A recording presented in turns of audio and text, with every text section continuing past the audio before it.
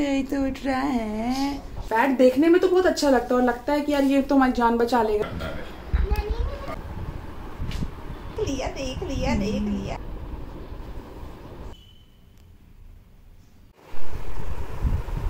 Post natal massage बहुत ज़रूरी होती नॉर्मल डिलीवरी के बाद।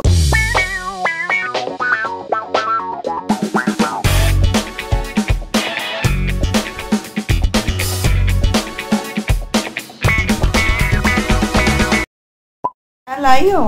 मैं जब स्कूल जाने में मेरे को बारिश होगी पापा के साथ वॉक में, तो मैं यूज करूंगी इस न्यू अम्ब्रेला को। अम्ब्रेला यूज करोगी? रेनकोट नहीं ली हो? अम्ब्रेला ली हो?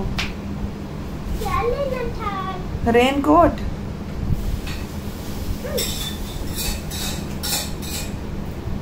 ये है अम्ब्रेला। बारिश में इसको इधर से खोलना है।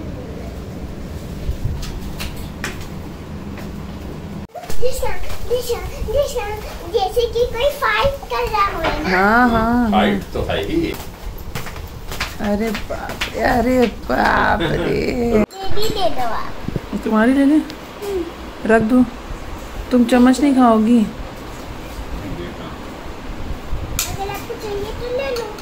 अरे देखो इडली है बेटू, इडली बनी है। तुमको इडली बहुत पसंद है ना? हाँ, खूब इडली खाए हो, खूब सारी इडली खाए हो।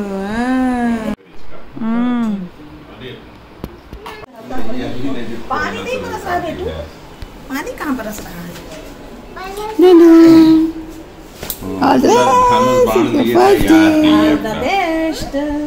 चले तब जरूरत पड़ती है। चले चलो। से चीज इधर देखो, देख के बोलो से चीज। Bye baby. स्माइल करके जाओ, खुशी खुशी जाओ। हैंकी रख दियो, हैंकी रखे हो। लो तानना बहुत अच्छा थैंक यू मम्मी। जा बेटा जा। है। बैग बच्चे पहुंच जाएंगे। हैंकी बैग में रखो फटाफट। मेरे बैग में डाल दो है क्या कर रहे हो? बहुत बड़ी समस्या।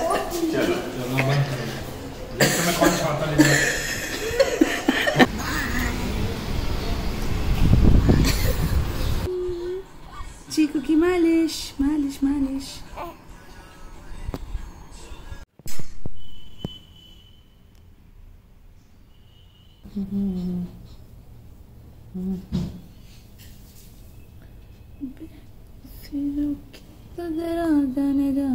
को हम गाते हैं, गाना तो आता नहीं है मगर फिर भी हम गाते हैं।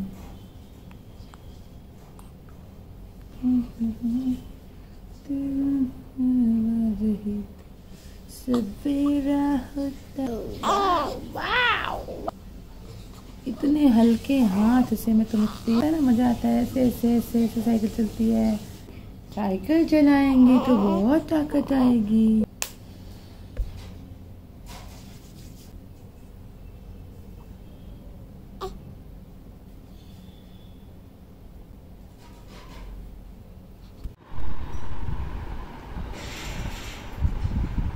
गाइस सो आज हो गया है 10 डे हो गए। यस 10 डेज हो चुके हैं डिलीवरी को और मेरी पोस्ट नेटल मसाज स्टार्ट हो चुकी है। ये मैं कान में ऐसे कॉटन लगा के रखती हूँ और आंटी आई थी मालिश करने के लिए। एक मालिश वाली आंटी है यहाँ पे, काफ़ी अच्छी है। तो अभी वो मालिश करके गई, 1 घंटा देती है मुझे। बच्चे की मालिश अभी हमने शुरू नहीं करी है उनसे। आज फर्स्ट डे था कि मैंने ही बेबी को तेल लगाया और मेरा गला अभी भी वैसे का वैसे ही है। मेडिसिन तो कुछ खास नहीं, होम रेमेडीज चल रही हैं और homeopathy medicine. Post natal massage बहुत ज़रूरी होती नॉर्मल डिलीवरी के बाद और वैसे भी ज़रूरी होती है, कम से कम हाथ पैर और पेट की तो। और मैं आपको बताऊंगी कि मैं क्या क्या चीज़ें फॉलो कर रही हूँ जो इस बार डिलीवरी के बाद मैं फॉलो कर रही हूँ और वो इम्पॉर्टेंट भी है और आपको भी करना चाहिए फास्टेस्ट रिकवरी के लिए। तो चलो अभी मैं जा रही हूँ और थोड़ा सा फ्रेशन अप होती हूँ, थोड़ा सा बेबी के पास जाती हूँ, टाइम स्पेंड करती हूँ। उसके बाद आपको बताऊंगी कि क्या क्या कर सकते हैं हम एज पोस्ट नेटल केयर।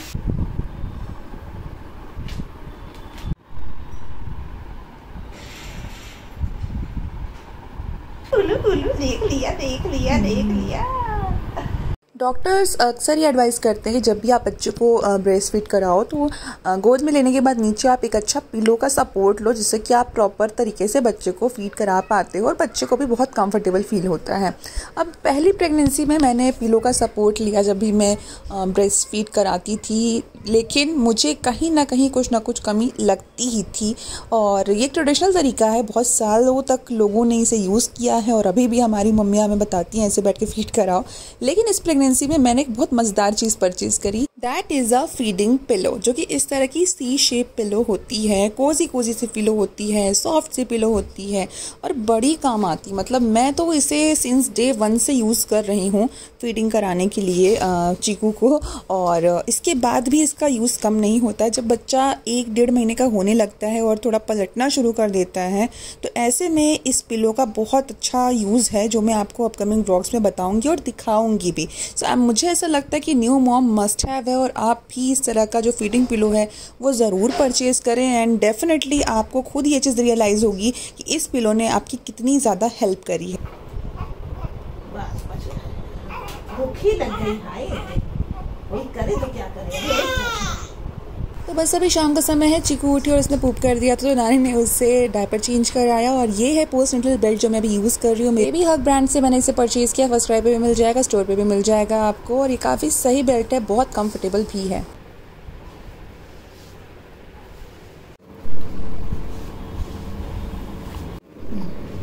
क्या हुआ इसको? बड़े लोगों को भी हिचकी आती है।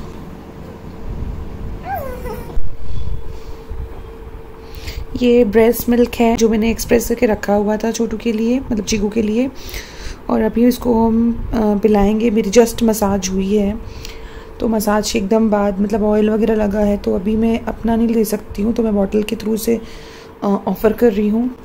ये स्पून से बिल्कुल नहीं ले रही है फीड, तो मैंने देखा कि इन्होंने कर दी है पॉटी। ये देखो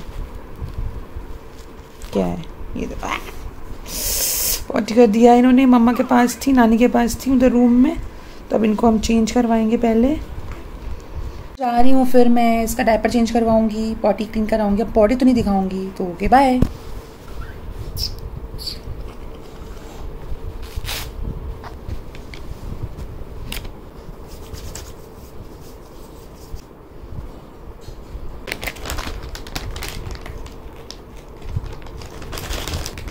वाइप का कितना इस्तेमाल होता है ये आप देख सकते हो कि ये पूरा पैक ख़त्म हो गया है। दूसरा है ये जो ख़त्म हो गया है। बेबी जी आपकी पॉटी जी को रिमूव किया जाए। सो बेबी को अगर जॉन्डिस डिटेक्ट होता है तो उसकी जो पूप होती है वो एकदम येलोइश होती है। तो ये सब साइंस होते हैं। अगर ये नॉर्मल होने लग जाएगी, मतलब थोड़ा नॉर्मल कलर में आ जाएगी, तो आप समझ लेना कि बेबी का जो जॉन्डिस है वो थोड़ा सा कम हो गया है। एक वाइप से काम हुआ नहीं, क्योंकि आज बहुत ज़्यादा डर्टी था इनका बम। अच्छे से क्लीन करना है, और अभी हम इनको ऑयल भी अप्लाई करेंगे। पहले इनको फीड करा देते हैं, फिर या पहले ऑयल अप्लाई कर लेते हैं। पहले ऑयल अप्लाई कर लेती हूँ, फिर उसके बाद फीड कराऊंगी। तो ये पूप का सिलसिला तो चलता ही रहेगा यूं ही। चलिए, तो आपके कपड़े भी रिमूव कर देते हैं। ये है आपकी चीकू, आपकी प्यारी Chiku. No no no no no no no no, don't look at me. Massage के लिए मैं यूज़ कर रही हूँ ये 2 ऑयल, ये massage oil and hair oil. ये 2 ऑयल हैं जो मैं यूज़ करने वाली हूँ चीकू की मसाज के लिए। Okay Chiku, so keep it here. बस बस बस बस बस बस बस बस बस कजरा रे।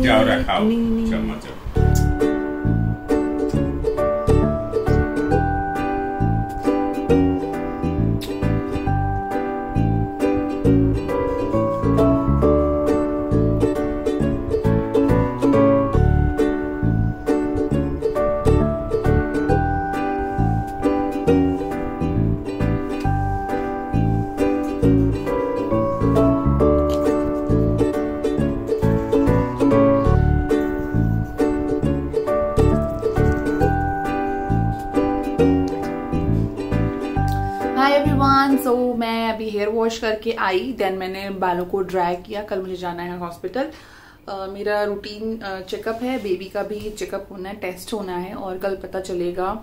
अगर कल ही रिपोर्ट आ गई तो पता चल जाएगा बेबी अभी ठीक है या नहीं, या क्या स्टेटस है उसकी हेल्थ इशू का। बेबी को जॉन्डिस हुआ था, मैंने आपको बताया ही था, कुछ इन्फेक्शन भी समवेयर था, तो उसके लिए एंटीबायोटिक्स ऑलरेडी जा चुकी थी बेबी को, और थोड़ा सा हमें एक्स्ट्रा केयर करनी थी बेबी की, जो कि डॉक्टर ने बोला था। मैं वरिड थी, और एक तो यहाँ पे धूप नहीं निकल रही है, बहुत बारिश हो रही है, तो क्या फोटोथेरेपी में हम ज़्यादा दिन रख नहीं सकते थे बेबी को, बहुत दिक्कत हो जाती, मेरी भी रिकवरी थी। और फिर ये हुआ कि डॉक्टर ने कहा कि आप घर पे जाओ और रोज़ सुबह या शाम की धूप बच्चे को दिखानी, लेकिन यहाँ तो ना सुबह धूप निकल रही ना शाम को धूप निकल रही, एक दिन निकली सुबह धूप, बस उसके बाद से गायब। सो अभी कल देखते हैं क्या होता है। मैं बाकी डॉक्टर ने कहा था एक्सक्लूसिव ब्रेस्ट फीड ही देना है बच्चे को, टॉप फीड अब नहीं देना है, तो ब्रेस्ट फीड तो आ रहा था, आने लग गया था, तो मैं वही दे रही थी, बेबी को वही चल रहा है। सो देखो मैंने कान में कॉटन डाल के रखी है, आपको हमेशा ही अपने कान में कॉटन डाल के रखनी है, क्योंकि ये हवा जो होती है ना आर पार जाती है, तो फिर बाद में बहुत हेडेक होता है, और यहाँ पे बहुत पेन होने लगता है बाद में। शुरू में समझ में नहीं आता, बाद में समझ में आता है। एनीवेज, तो मैं आपको बताने वाली हूँ कि डिलीवरी के बाद मैं कौन कौन से पैड यूज कर रही थी, कौन से पैड अच्छे हैं एक्चुअली, और आपको वो यूज करने और आपके लिए सही रहेंगे। तो मैंने कई सारे पैड परचेज करे थे, जैसे कि ये मैंने एक न्यू मॉम वाला पैड लिया था, और उसके बाद एक क्लोविया वाला डैपर लिया था, देन एक ये वाला पैड था विस्पर का मेरा, ये ट्रिपल एक्सल विंग्स वाला, यस, 0 लीकेज वाला ओवरनाइट वाला पैड था, एक ये मैंने लिया था, और विस्पर का ही डायपर था जो कि खत्म हो चुका है, वो हॉस्पिटल के टाइम पर ही खत्म हो गया था, तो पैकेट मैंने थ्रो कर दिया था। मैंने आपको दिखाया ही था कि क्या क्या चीज़ें मैं यूज़ करने वाली हूँ ना। इसके बाद ये वाला पैड था जो कि मुझे हॉस्पिटल से ही मिला था, ये वाला, और इसे भी यूज़ किया है मैंने, ज़्यादा तो नहीं, बट हाँ जब कुछ नहीं मिला, कुछ समझ में नहीं आया, तो मैंने इसे भी यूज़ किया, और सारे ही पैड को डिफरेंट तरीके से ट्रायल किया इनिशियल डेज में, क्योंकि क्या होता है डिलीवरी के बाद बहुत ज़्यादा ब्लीडिंग होती है, सभी को होती है, और कुछ लोगों को तो ज़्यादा ही होती है, मतलब हैवियर साइड में होती है, मतलब बहुत फ्लो रहता है ब्लीडिंग का। तो शुरू के टाइम पर क्या आप प्रॉपर पैंटी नहीं कैरी कर सकते हो। अगर आपकी नॉर्मल डिलीवरी हुई है, सी सेक्शन का तो मुझे इतना आइडिया नहीं है, मुझे बहुत सारी इन्फॉर्मेशन निकालनी पड़ेगी, लेकिन नॉर्मल डिलीवरी में क्या होता है, अगर आपको स्टिचेस दी गई हैं तो आप नॉर्मल पैंटी नहीं कैरी कर सकते, आपको थोड़ी सी लूज फैब्रिक की, कॉटन फैब्रिक की, ब्रीदेबल वाली जो फैब्रिक होते हैं उसकी पैंटी आपको कैरी करनी चाहिए, अदरवाइज बहुत टाइम लगता है हीलिंग में। वेजाइना का आसपास का जो स्किन होता है वो बहुत स्वेल हो जाता है, थोड़ा सा स्टिंग करने लगता है, बहुत ज़्यादा डिस्चार्ज आने लगता है, बहुत प्रॉब्लम होने लगती है, हो सकता है यूरिन इन्फेक्शन भी हो जाए, तो हमें बहुत केयरफुल रहना पड़ता है। तो मैंने आपको दिखाया था कि मैंने परचेज करा था न्यू मॉम का ये पैड फिक्सेटर, और उसके साथ मैं आपको दिखाती हूँ ये वाला पैड, ये मैंने लिया था। तो पैड फिक्सेटर तो it's a very good thing, ये कैसा डिस्पोजेबल पैंटी है जो आप किसी भी पैड के साथ में से कैरी कर सकते हो। मैं आपको अभी ओपन करके बता देती हूँ, इस तरह का ये पैंटी होता है, स्ट्रेचेबल मटेरियल में पैंटी है। अब देखो ये इतना ज्यादा स्ट्रेच हो रहा है, ये मैंने एक्सेल साइज में परचेज किया था, मेरी वेस्ट ज्यादा है, मैं एक्सेल डबल एक्सेल साइज के ही बॉटम वेयर कैरी कर रही थी, तो उस हिसाब से मैंने एक्सेल लिया था। अब आप यहाँ देख सकते हैं कि ये है पैंटी, ठीक है, आराम से आप इसे स्ट्रेच करके पहन सकते हो, बहुत फ्लेक्सिबल, इतना आराम मिलता है इसके साथ में। और इवन हॉस्पिटल में भी सबने पूछा कि मैंने ये कहाँ से लिया, and they will also recommend their patient की ये वाली पैंटी वो यूज करें, तो मैंने एक अच्छा सजेशन दिया हॉस्पिटल में भी मेरे। एनीवेज, तो इस तरह से आप देख सकते हो कि ऊपर से भी पूरा अच्छे से ये स्ट्रेच होता है ना, बहुत अच्छा ब्रीदेबल फील कराता है, आपको कंफर्टेबल फील कराता है ये, और बहुत लाइट वेट भी है, तो इसे आप यूज करने के बाद फेंक भी सकते हो, एक दो बार आप रीयूज भी कर सकते हो, इसे वॉश भी कर सकते हो, वॉश करके आप रख भी सकते हो अपने साथ में, अगर आप बहुत ज्यादा नहीं परचेज करना चाहते तो ये वॉशेबल भी है, तो आप इसे रीयूज भी कर सकते हो, that's all up to you. अब इसके साथ में क्या एक प्रॉब्लम है कि कोई भी पैड इसमें स्टिक नहीं होता है, तो कॉटन वाला नहीं है, ये जो डिस्पोजेबल थिंग होती है ना लाइक्रा और ये सब, उससे बना हुआ है, तो इसमें कोई भी पैड आपका स्टिक नहीं होता है, नहीं होने वाला है। डिफरेंट अलग अलग तरीके हैं कि हो सकता है कि आप डबल साइडेड टेप के थ्रू उसे चिपकाने की कोशिश करो तो शायद चिपक जाए, बट उसका भी कोई सेंस नहीं है, नहीं चिपकता है, जाने दो, क्योंकि ये पूरा अच्छे से आपके वेस्ट पर फिक्स हो जाता है, तो पैड वैसे ही मूव नहीं करता है। नाउ इसके साथ में मैंने लिया था ये न्यू मॉम का पैड, इसे भी ओपन करके दिखाती हूँ मैं। ये पैड है न्यू मॉम का, है तो न्यू मॉम का ये पैड। अब इसके लिए आता है ये वाला पैड फिक्सेटर, तो ये इतना ज्यादा ब्रॉड है। पहले आप देखो इस पैड को।